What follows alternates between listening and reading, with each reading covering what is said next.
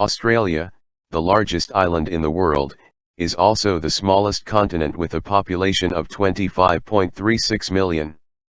And recently it has been in the news for its dispute with Google and Facebook. And Google has threatened to pull its services from Australia. Google made nearly $4.8 billion from Australia in 2019, whereas Facebook made $23.3 million. So what is the reason of conflict? In the start of 2019, Australian Parliament passed a bill that would oblige Google to pay to the local media for displaying their content and getting traffic through them. In addition, Google will also have to pay license fees to acquire information from these media channels. After this announcement by Australian Parliament, Google threatened to pull its services from Australia. And Melanie Silva, the managing director of Google Australia and New Zealand, told the Senate that her company would block all of its services from country as a last resort if their demands were not met. After this, the things escalated between both parties. Australian Prime Minister said, "We don't respond to threats." He further added that the power of making decisions lies with Australia.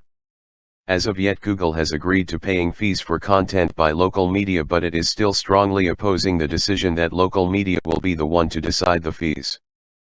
Now everybody might be wondering that companies like Google and Facebook that rake in billions of dollars every year in revenue can easily pay the media companies of Australia. But they are most concerned that after Australia many more nations will come up with same demands. Thus these companies are trying their best to shut down this movement so that they may be saved from further damages.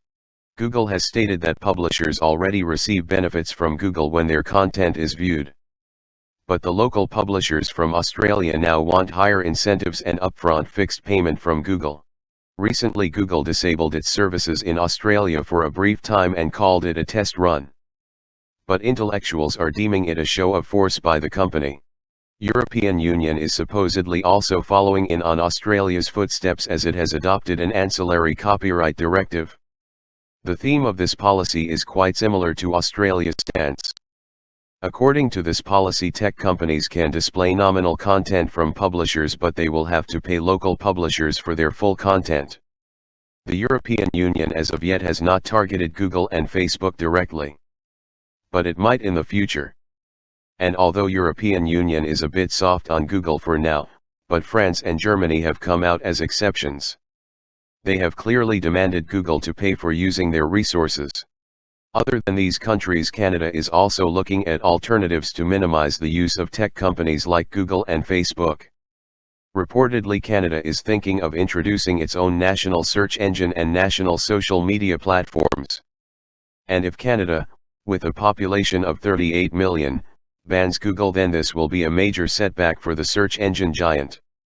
And after China's row with America because of banishment of Huawei, China is already looking to replace Google by its own search engine called Baidu, as they have replaced Google's Play Store by Huawei's App Gallery.